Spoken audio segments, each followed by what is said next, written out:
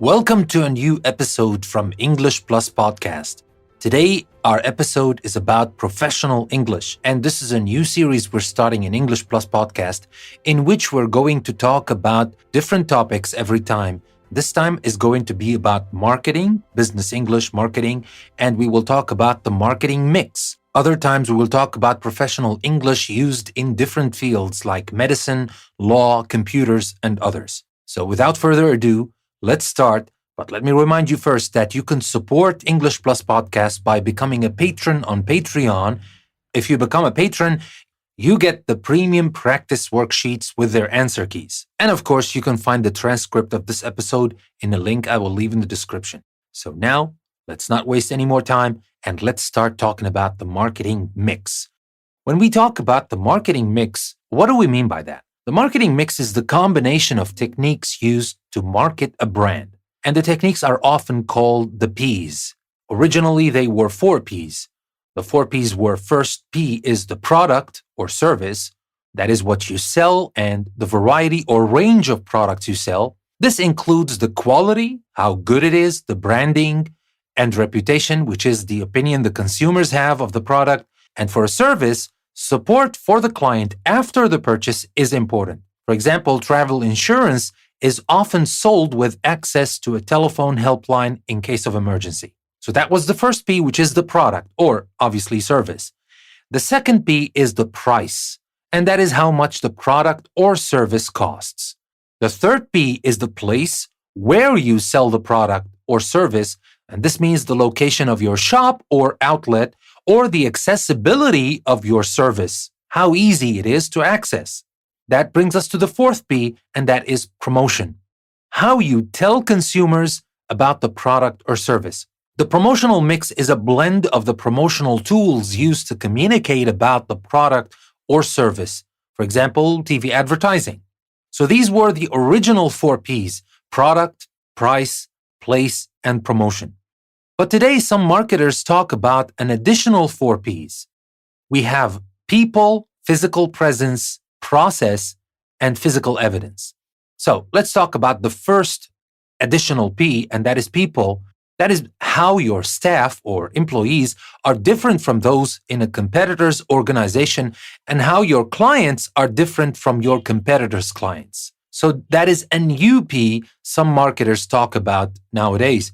And there is the second new P, and that is the physical presence, and that means how your shop or website looks.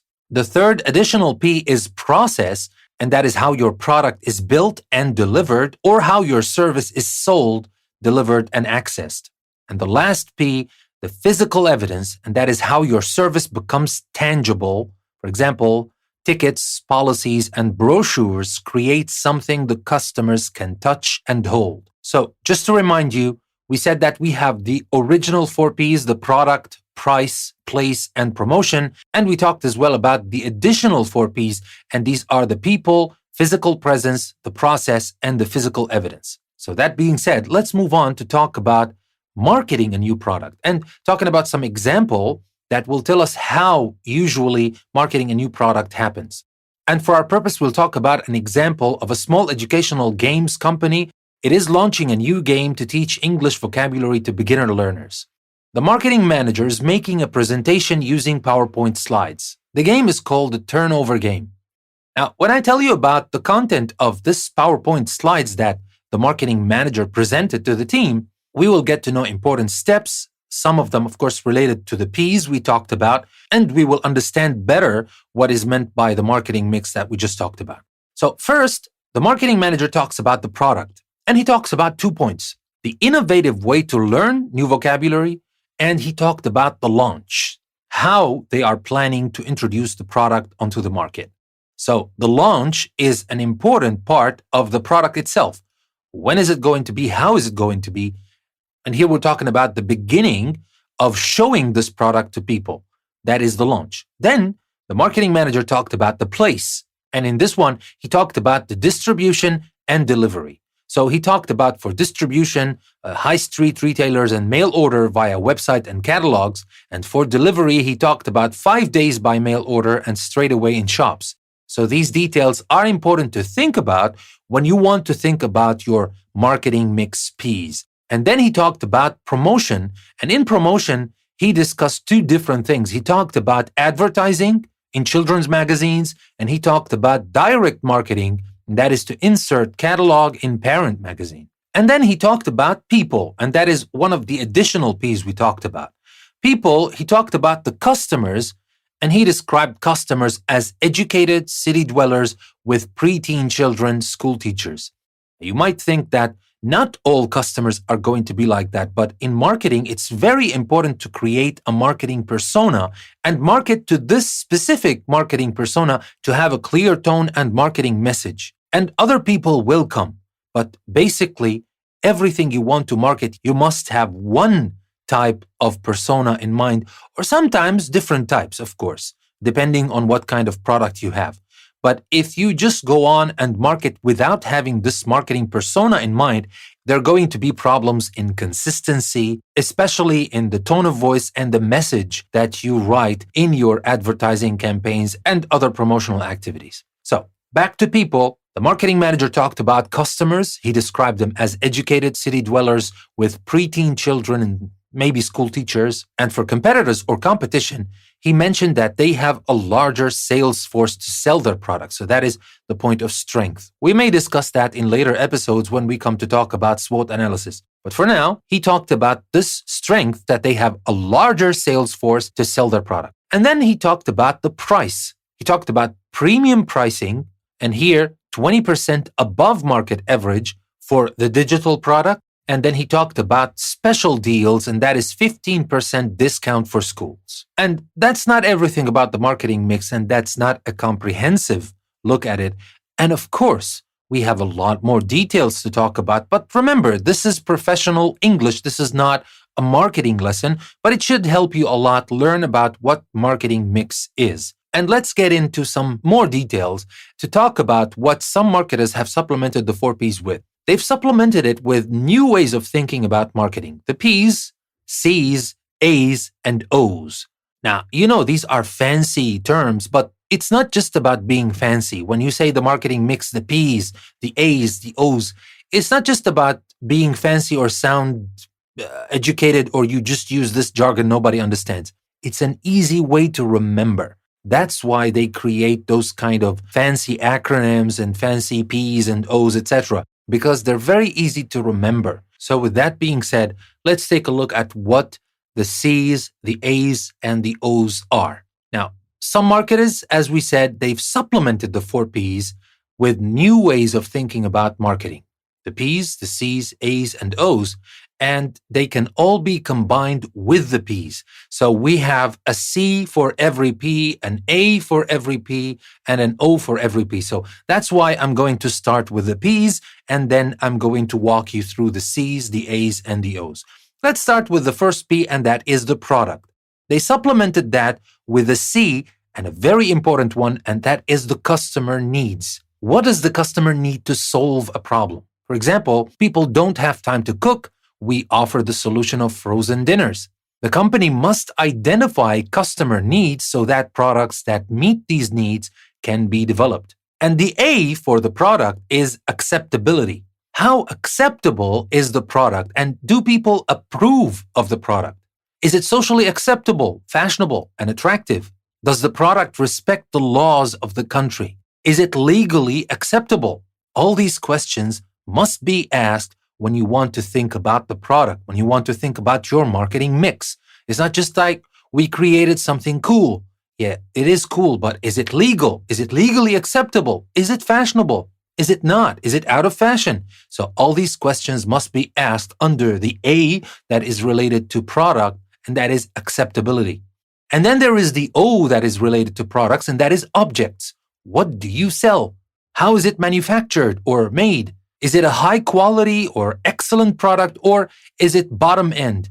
Because it doesn't have to be high quality all the time. It depends on your market. It depends on the competition. It depends on the segment you want to take from the market. You may want to produce some high-end products or some low-end products. And we're not saying that because you're trying to cheat your customers. No, it's just a different market. So that is for the product, the first C, A and O for the product are the customer needs, acceptability, and objects. And then for the price, we have the C for the price, and that is the cost to user. Does the customer perceive the cost of the product as fair, or is it too expensive? So that is an important question you have to ask when you want to think about your price, or your second P in the marketing mix, the cost to user. And then there's the A, the affordability. Does the customer have enough money to buy the product? Can he or she afford the product? The affordability, that is a very important question you have to ask when you want to think about the second P in your marketing mix, and that's the price. And then we have the O, objectives. The revenue objectives concern the income you want to generate, and the price objectives concern the price you want to sell at. So you must have, or you must think about revenue objectives and price objectives when it comes to talk about pricing in your marketing mix. And then when we move to the next P in the marketing mix, and that's the place, we have first our C, and that is convenience. How convenient is it to find your product? Is it easy? Or does the customer have to make an effort? You have to ask this question. Is it a very easy product to find? Or no, it's not that easy to find. So if it is not that easy to find, maybe you don't have a problem with that, maybe you do. I just want to mention here that all these questions, the P's, the A's, the O's, the C's, they're not to tell you how to market your product, because how to market your product, that's the creative side that you will have to find out, or you will have to figure out. But they ask you important questions, or they help you ask important questions to have a clear idea what your marketing campaign is like. So for the place, we have the C, which is convenience, and then we have the A, which is accessibility. Is the product easy to access? Is the product accessible for people with disabilities? That's very important to think about, because it's not just about being polite or being politically correct. It's not about that, because you have to create products that can be sold and consumed by everybody, especially if your product can be physically used by people with disabilities. You have to think about what you've added to your product that can make it easier or accessible for people with disabilities. And for the O that is related to the place, we have the organization. How should you organize the sale and distribution of your product, and which distribution methods will work best? So that is about the place. The final P, that is the promotion. The C for this P, the C for promotion, is communication. How should you communicate with your customers? That is a very important question you need to answer, and you need to figure out, because remember, in a company of one, or in a company where one person does all the marketing, maybe that's easy because the same person communicates more or less the same way with everybody. But when you're drawing plans for bigger companies where a lot of people are going to do this job, it is very important to define the way you need to communicate with your customers, at least the guidelines. We're not saying exactly word to word. Of course, everybody has his or her own personality in which they communicate with customers, but you have to define the guidelines for this kind of communication, to have this communication as consistent as it can be, and of course, to reflect the brand you are trying to build. So that is communication in relation to promotion. What about the A? The A is awareness. How many people know about or are aware of the product?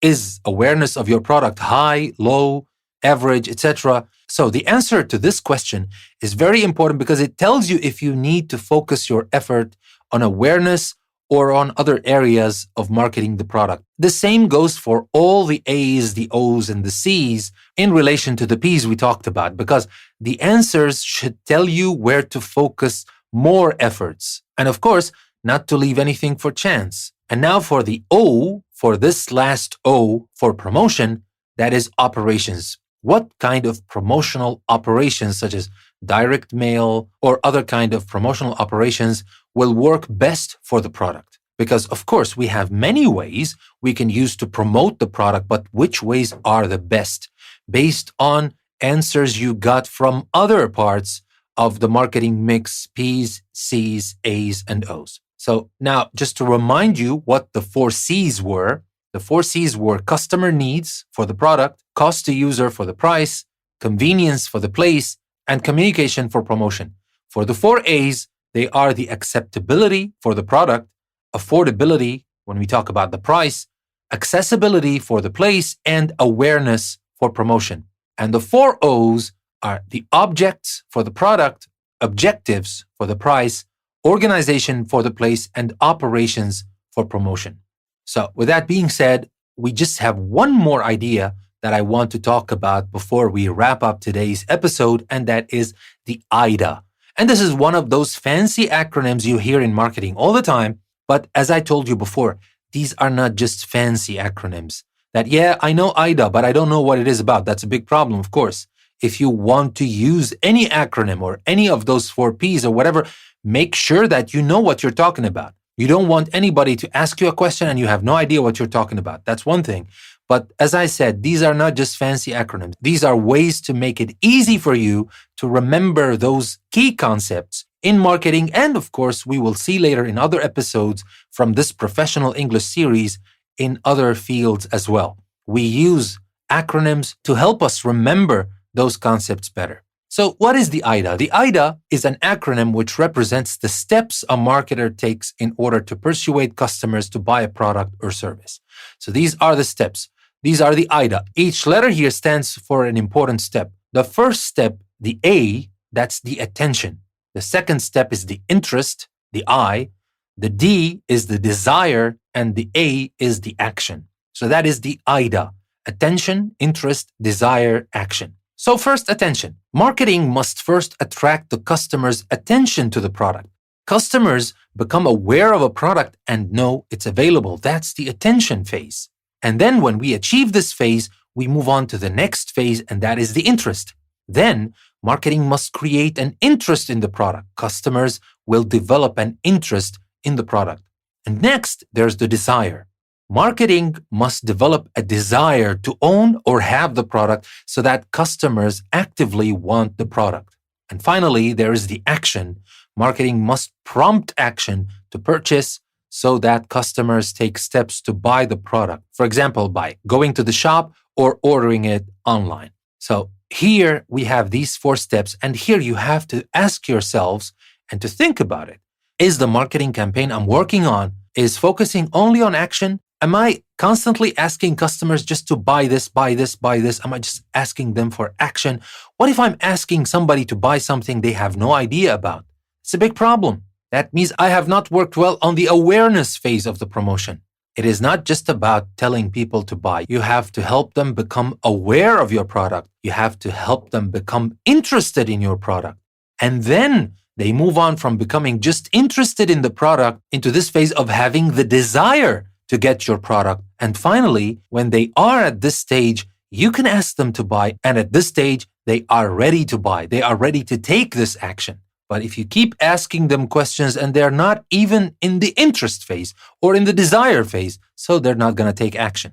And actually, that will leave a very negative image of your marketing methods because you always want us to buy stuff. You don't educate us about your product. That being said, we talked about the AIDA, which is the acronym which represents the steps a marketer takes in order to persuade customers to buy a product or service. So the steps we talked about are the attention, interest, desire, and action. And here comes the AIDA or the AIDA. That being said, that was everything I wanted to talk to you about today. I hope you like this new series, the Professional English series. It is useful for a lot of people that want to use their English in the world of business and especially in this one in marketing. But as I told you, it's not going to be only about business and marketing. We're going to talk about law. We're going to talk about medicine, engineering, and professional English from other fields. That being said, let me remind you that you can find the transcript of this episode in a link I will leave in the description, and you can support English Plus Podcast by becoming a patron of the show on Patreon. I will leave a link to that in the description as well if you would like to take the link and become our patron today. And that will give you some benefits such as the PDF practice worksheet with its answer key that is focused on what we talk about in every single episode we launch in English Plus Podcast. And more benefits are coming your way.